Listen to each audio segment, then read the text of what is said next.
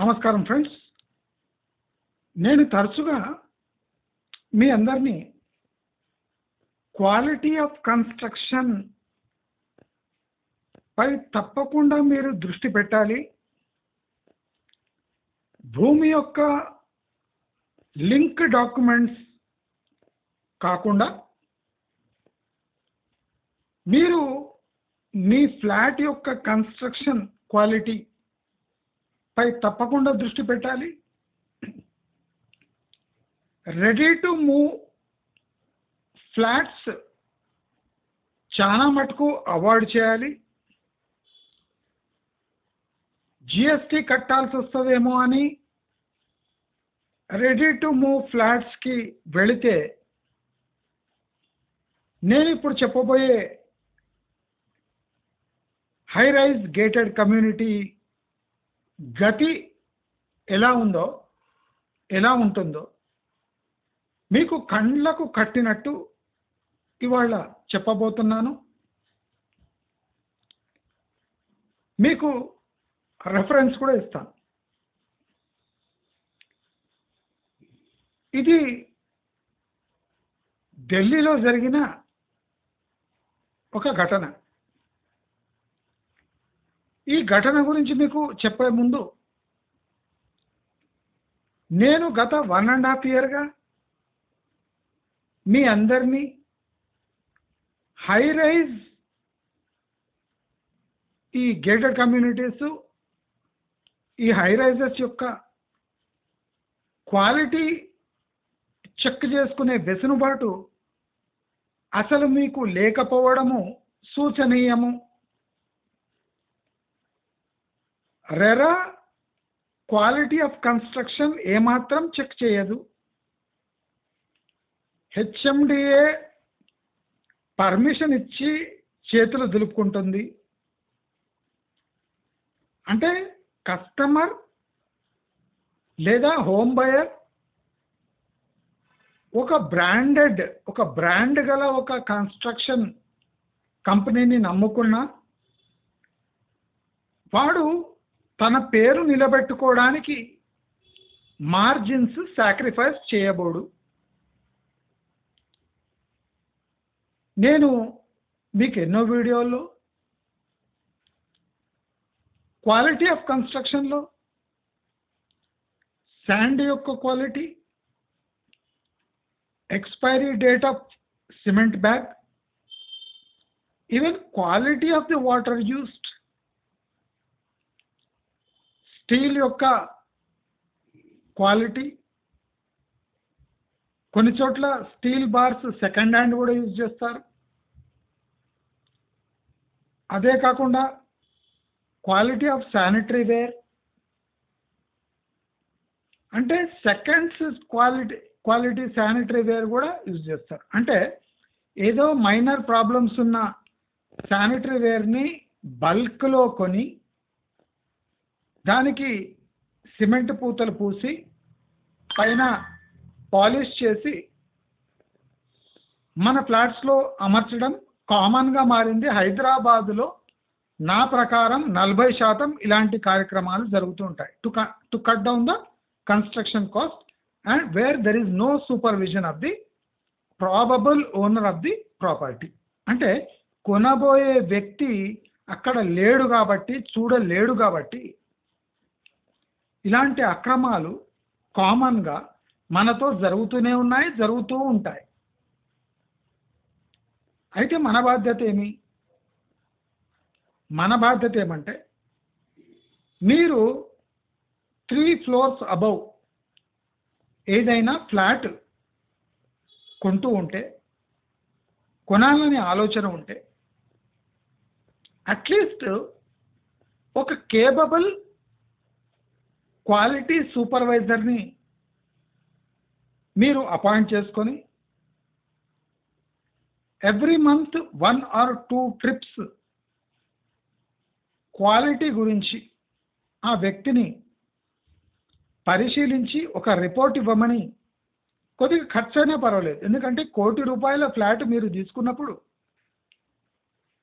ఒక 15-20 వేలు క్వాలిటీపై ఖర్చు చేస్తే తప్పేం లేదు. మీరు మీ అడ్వాన్స్లో కొద్దిగా పర్సంటేజ్ తగ్గించుకొని ఒక క్వాలిటీ సూపర్వైజర్ పెట్టుకొని అట్లీస్ట్ 1 వీక్ ఆర్ 2 వీక్స్కి ఒకసారి రెగ్యులర్ విజిట్ చేసి అక్కడ వీడియో మరియు ఫోటోగ్రాఫ్స్ ఆ వ్యక్తి ద్వారా తెప్పించుకొని ప్రాక్టికల్గా అడిగి విషయాలు తెలుసుకొని మీ ఫ్లాట్ యొక్క క్వాలిటీ ఫాలో చేయొచ్చు. లేదా స్వయంగా వెళ్ళి ఆ క్వాలిటీని తరచుగా చెక్ చేసే బాధ్యత ఇంట్లో ఎవరైనా ఒకరు తీసుకున్నా లేదా వంతులేసుకొని పోయినా పర్వాలేదు. కానీ బిల్డర్ క్వాలిటీ ఇస్తాడని, పేరు పెద్దగా ఉందని, చాలా ఫేమస్ బిల్డర్ అని, వందలాది ప్రాజెక్టులు అద్భుతంగా చేశాడని మన ప్రాజెక్ట్ని ఇగ్నోర్ చేయడం ఆత్మహత్య చేసుకున్నట్టే. నేను క్వాలిటీ గురించి చాలా స్ట్రెస్ చేస్తాను. Quality of paint, quality of steel, quality of cement, quality of bricks, carpet area, అంటే ప్రతి ఒక్కటి క్రాస్ చెక్ చేసుకుంటూ ఉండాలి. Fittings, wiring, quality of wires కూడా మీరు మీ వంతు పనిగా, మీ వంతు బాధ్యతగా చెక్ చేసుకోవాలి. టైము లేదు అనకూడదు. ఎందుకంటే మీ లైఫ్ టైం ఇన్వెస్ట్మెంట్ ఇక్కడ ఇన్వెస్ట్ చేసి రాబోయే 20 ఏళ్ల వరకు మీరు ఇన్వెస్ట్ చేస్తూనే ఉంటారు. అంటే ఈఎంఐలు కడుతూనే ఉంటారు. కాబట్టి తప్పకుండా క్వాలిటీపై ఒక నిఘా పెట్టాలి. అయితే మనం ఇవాళ డిస్కస్ చేసుకోబోయే ప్రాజెక్ట్ ఢిల్లీలో సిగ్నేచర్ వ్యూ అపార్ట్మెంట్స్ అనే ఒక ప్రాజెక్ట్. ఇది గేటెడ్ కమ్యూనిటీ విత్ 12 టవర్స్. అప్రాక్సిమేట్గా ఈచ్ టవర్లో 10 to 12 ఫ్లోర్స్ ఉన్నాయి. ఏబిసిడి అని ఒక 12 టవర్లు కట్టిన ఘనుడు ఈ బిల్డర్. ప్రాబ్లం ఏమైంది ఇప్పుడు అంటే 2010లో ఈ అపార్ట్మెంట్ లేదా హై రైజ్లు కడితే ఒక 12 ఏళ్ళు 10-12 ఏళ్ళు దాటగానే ఈ 12 అంతస్తుల 10 అంతస్తుల భవనాలు, హై రైజ్లు శిథిలావస్థకు చేరాయి. అంటే అన్ఇమాజినబుల్. నేను చెప్తుంటే మీకు జోక్ అనిపిస్తుంది, కానీ హైదరాబాదులో చాలా quality related plus UDS related కేసులు ఫైల్ అవుతాయని నేను ఎన్నో వీడియోలు మీకు చెప్పానా లేదా? ఇప్పుడు చూడండి ఎలా ఉందంటే కూర్చున్నక్కడే పైకప్పులు రాలి కింద పడుతున్నాయి. విత్ ఫ్యాన్, విత్ లో రూఫ్స్ ఉంటాయి కదా, మనము బాగా కనిపించాలని పైన పటారం లోన లోటారం అన్నట్టు. ఫాల్స్ సీలింగ్స్, లో రూఫ్స్. ఈ ఫాల్స్ సీలింగ్ ట్రెండ్ అసలు చాలా డేంజరస్. ఫాల్స్ సీలింగ్ వల్ల యాక్చువల్ సీలింగ్ క్వాలిటీ మనకు అంటే రాలి నెత్తి మీద పడే వరకు తెలియదు. ఈ ఫాల్స్ సీలింగ్ మోజులో పడి అంటే అసలు అవసరం లేని వాళ్ళు కూడా ఫాల్స్ సీలింగ్ కావాలి, దానికి ఒక 20 లైట్లు కావాలి, గ్రాండ్గా కనిపించాలి. ఇవాళ రేపు ఫాల్స్ సీలింగ్ లేని ఇల్లే లేదు, ఫ్లాటే లేదు. ఎందుకు కావాలి ఫాల్స్ సీలింగ్? ఎందుకు కావాలి? అన్ని హిడెన్ ఫీచర్స్. ప్రతిదీ గోడ లోపల వెళ్ళిపోవాలి, ప్రతిదీ కప్పబడాలి, ప్రతిదీ వుడ్ వర్క్ కప్బోర్డ్స్ చేసి లోపల బట్టలు కుక్కినా పైనుంచి నీట్గా కనిపించాలి. అంటే మెయింటైన్ చేసే స్టామినా లేక కొత్త ఫ్లాట్లో నీట్గా కనిపించడానికి చేసే పనుల వల్ల మనం ఎంతో నష్టపోతున్నామని మనం తెలుసుకోలేకపోతున్నాం. ఇప్పుడు ఈ సిగ్నేచర్ వ్యూ హై రైజ్లో బాల్కనీ ఊడిపడుతున్నాయి. మీరు అదే పెట్టండి, పిల్లర్స్ అంటే అక్కడిదక్కడనే చెదిరిపోతున్నాయి. పైన చేసిన ఫినిష్ లప్పంలాగా ఫినిష్ చేస్తారు కదా గ్రాండ్ లుక్ ఉండడానికి, దాంట్లో మ్యాక్సిమం శాండ్ వాడారు కనుక ఆఫ్టర్ 6 to 8 years లోపే మొత్తం రాలి కింద ఉన్న వెహికల్ పార్కింగ్ పై పడి వెహికల్స్ విపరీతంగా డ్యామేజ్ అయ్యాయి. ఫస్ట్ వాళ్ళు పై ఫినిషింగ్ బాగాలేదు అనుకున్నారు. తర్వాత ఐఐటి వాళ్ళని స్టడీ చేయమంటే పిల్లర్లో వాడిన సరియా అంటే స్టీల్ క్వాలిటీనే ఘోరంగా ఉంది, శాండ్ ఎక్కువ యూజ్ చేసి సిమెంట్ తక్కువ యూజ్ చేశారు, పై పూత బాగానే ఫస్ట్ పూసారు కానీ అది ఎన్నేళ్ళు అయితే నిలబడుతుంది, వాన దీనికి ఆ హీట్కు మొత్తం ఆ స్ట్రక్చర్ మొత్తం డ్యామేజ్ అయిపోయింది. అయితే ఇక్కడ ఒక అద్భుతమైన తీర్పు వచ్చింది. ఇప్పుడు ఈ కన్స్ట్రక్షన్ మొత్తం అప్రూవల్ శాంక్షను మొత్తం ఆ బిల్డర్కి అప్రూవల్ ఇచ్చింది డిడిఏ. కనుక ఇప్పుడు డిడిఏ బాధ్యత వహిస్తుంది. ఏమని వహిస్తుంది? మేము ఈ టోటల్ హైరైజ్లను మొత్తం డెమాలిష్ చేసి, ఎందుకంటే డిడిఏ పర్యవేక్షణలో ఈ బిల్డింగ్స్ నిర్మాణం అయినాయి. ఇప్పుడు డిడిఏ ఏం చెప్తుందంటే మీరందరూ ఖాళీ చేసి బయటికి పోండి, మీరందరూ ఖాళీ చేసినాక మేము 3 ఏళ్ల వరకు మీకు రెంట్ చెల్లించి ఆ టవర్స్ మళ్ళీ కట్టిస్తాం. దాంట్లో ఏం మెలకబెట్టిందంటే ఇంకో 150 ఫ్లాట్లు ఎక్స్ట్రా కట్టి అవి మేము అమ్ముకుంటాం. అంటే to recover the cost of the structure, new structure.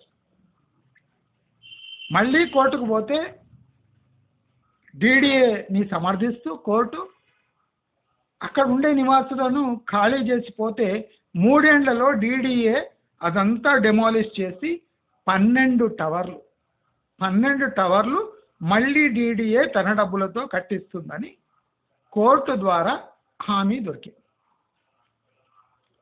మీరు చూడండి, ఒక స్ట్రక్చర్